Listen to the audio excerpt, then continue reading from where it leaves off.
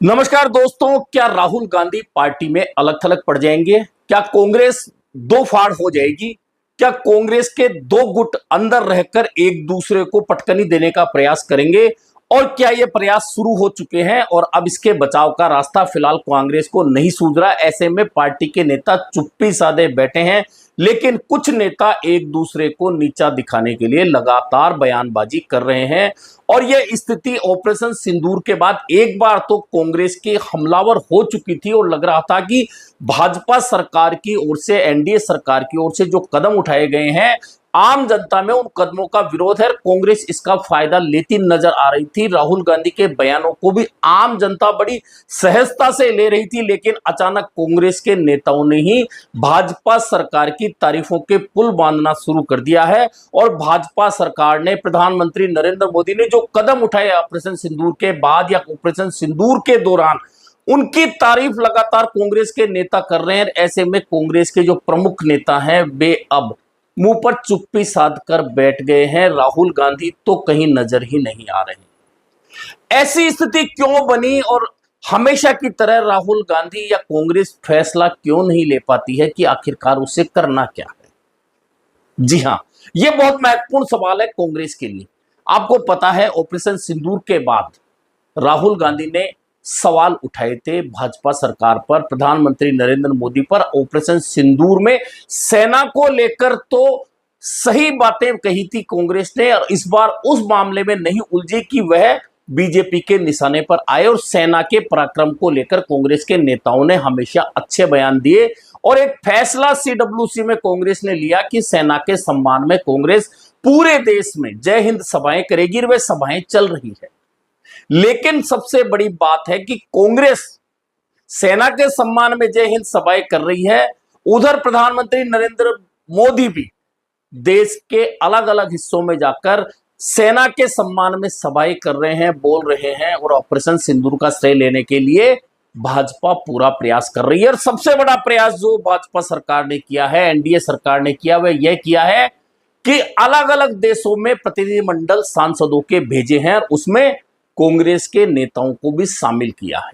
सबसे पहली तो समस्या कांग्रेस के लिए वही हो गई कि कांग्रेस ने जिन 4 सांसदों की सूची भेजी, उनमें से 3 नामों को कांग्रेस ने भेजा था, उन्हें शामिल नहीं करके अपनी मर्जी से भाजपा सरकार ने 3 नेताओं के नाम शामिल कर लिए। वे 3 नेता ऐसे थे जो लंबे समय से पार्टी के अंदर नाराजगी जताते रहे हैं, और इस नाराजगी का फायदा उठाते हुए भाजपा ने उन्हें अपने प्रतिनिधि मंडलों में भेज दिया अलग अलग देशों में कि वे ऑपरेशन सिंदूर को लेकर और पाकिस्तान को लेकर भारत का नजरिया दुनिया के सामने रखें।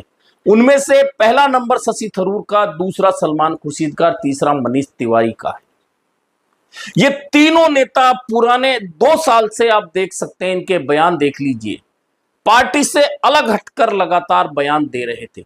शशि थरूर तो लगातार अपनी नाराजगी पार्टी मंच पर भी जता चुके थे, लेकिन सलमान खुर्शीद के स्वर अचानक बदल गए हैं और अब वे प्रधानमंत्री नरेंद्र मोदी की नीतियों का समर्थन करते नजर आ रहे हैं। सबसे बड़ी बात 370, जी हां, धारा 370 को लेकर कांग्रेस हमेशा भाजपा पर हमलावर थी, पूरा विपक्ष हमलावर था, लेकिन कांग्रेस के नेता सलमान खुर्शीद अब 370 धारा हटाने को लेकर प्रधानमंत्री नरेंद्र मोदी और भाजपा सरकार की तारीफों के पुल बांध रहे हैं और कह रहे हैं कि अब तक ऐसा लगता था कि कश्मीर भारत का हिस्सा नहीं है, लेकिन धारा 370 हटने के बाद बहुत अच्छा हो गया है।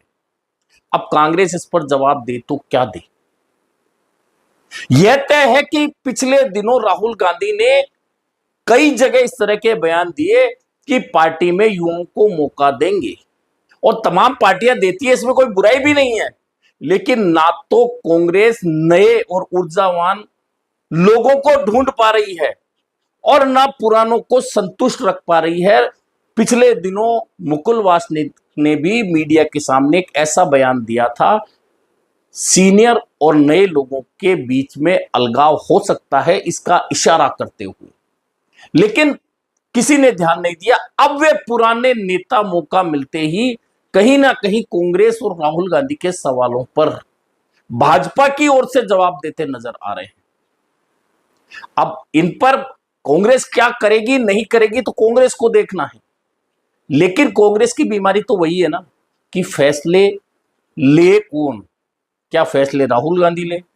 क्या फैसले मल्लिकार्जुन खड़गे ले? क्या फैसले प्रियंका गांधी ले? क्या फैसले केसी वेणुगोपाल ले? क्या फैसले सोनिया गांधी ले?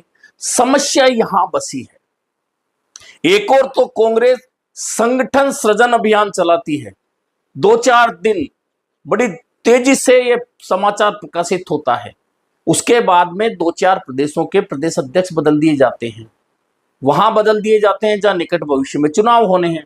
इसके अलावा पूरे देश में खाका वही का वही खड़ा रहता है।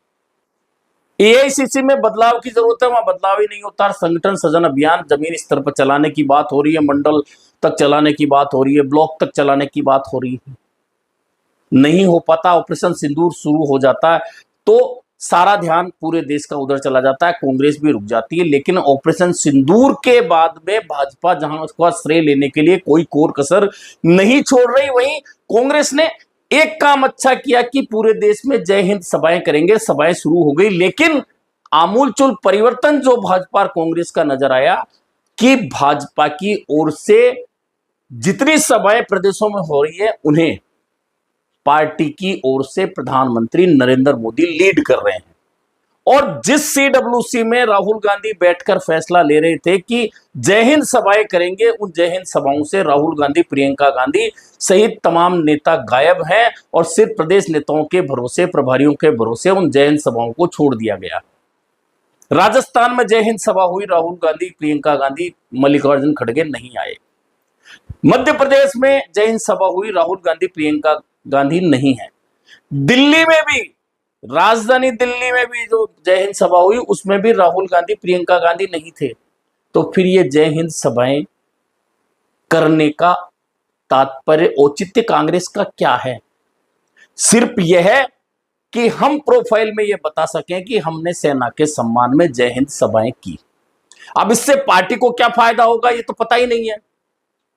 हालांकि बात हमेशा वहीं आकर ठहरती है कि कांग्रेस में फैसला नहीं लेने की जो एक परंपरा चली आ रही है, ये परंपरा तब से चली आ रही है जब से राहुल गांधी को पार्टी में पावरफुल किया गया है और तमाम फैसले राहुल गांधी ले रहे हैं।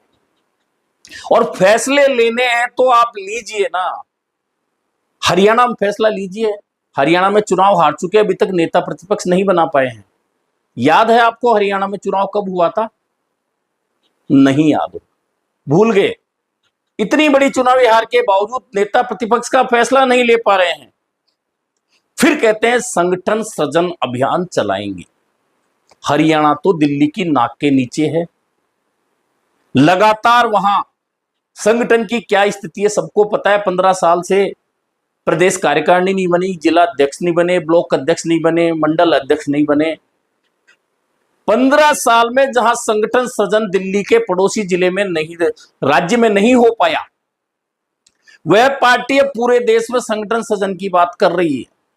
अब इसका फैसला कौन लेगा? मल्लिकार्जुन खड़गे नहीं ले सकते, वे पार्टी अध्यक्ष सही है, लेकिन फैसले लेने के लिए मल्लिकार्जुन खड़गे आजाद हैं ऐसा कहीं भी नजर नहीं आता है। अब कांग्रेस के बहुत से लोग कहेंगे कि फैसला तो पार्टी आलाकमान करेगा, पार्टी अध्यक्ष करेंगे। पार्टी अध्यक्ष को फैसले वहां लेने के लिए आजादी दी जाती है जहां पराजय या असफलता उनके सिर रखनी हो। बाकी फैसले तो राहुल गांधी लेंगे। जहां सफलता की बात हो तो राहुल गांधी को सफलता के लिए कहा जाएगा कि राहुल गांधी की वजह से सफल हुए। लेकिन बड़ा सवाल यह है कि शशि थरूर, पी चिदंबरम, मनीष तिवारी और सलमान खुर्शीद, यह सही है कि विदेश में अगर भारत के प्रतिनिधि मंडल में कोई भी सांसद किसी भी पार्टी का गया है तो वह भारत की बात कहेगा, यह सही है। लेकिन वह दायरा कहां तक सीमित होगा, क्योंकि ऑपरेशन सिंदूर की सफलता बतानी है और पाकिस्तान को बेनकाब करना है। निश्चित तौर पर तमाम पार्टियों के सांसदों को वही काम करना भी है, चाहे वह असदुद्दीन ओवैसी हो, शशि थरूर हो, मनीष तिवारी हो, तमाम नेता, अन्य पार्टियों के प्रियंका चतुर्वेदी हो, तमाम नेता वे काम कर रहे हैं, लेकिन इन काम के बीच में कांग्रेस की समस्या यह है कि कांग्रेस उन बयानों को, अपने नेता के बयानों को स्वीकार नहीं कर पा रही है, और नहीं कर पा रही है तो यहां भाजपा के निशाने पर कांग्रेस आ रही है। अब वहां तक ठीक था कि कांग्रेस ये कहे कि हमने 4 नाम भेजे थे, उन 4 नामों में से 3 नाम हमारे सेलेक्ट नहीं किए गए और दूसरे सांसदों को भेज दिया गया। कोई बात नहीं है, भेज दिया गया। उसके बाद अब पार्टी के प्रवक्ता खुद टीवी पे कहते हैं किसी नेता को भेज दिया गया, वो बात वहां खत्म हो गई। पार्टी के प्रवक्ता यह भी कहते हैं कि हम सेना के साथ हैं, उसके खिलाफ बोल भी नहीं सकते, लेकिन पार्टी प्रवक्ता यह कैसे कह दें कि हम सरकार के साथ हैं। लेकिन अब पार्टी के नेता, सांसद जो प्रतिनिधिमंडल में गए हैं, वे सरकार के साथ नजर आ रहे हैं, और यही बड़ा कारण नजर आ रहा है कि वापस आने के बाद में पार्टी क्या उन नेताओं को लेकर कोई बड़ा फैसला करने की स्थिति में है। और है तो ऐसे कितने नेता हैं जिन पर गाज गिर सकती है, लेकिन इसके लिए कांग्रेस फैसला कर तो पाएगी क्या?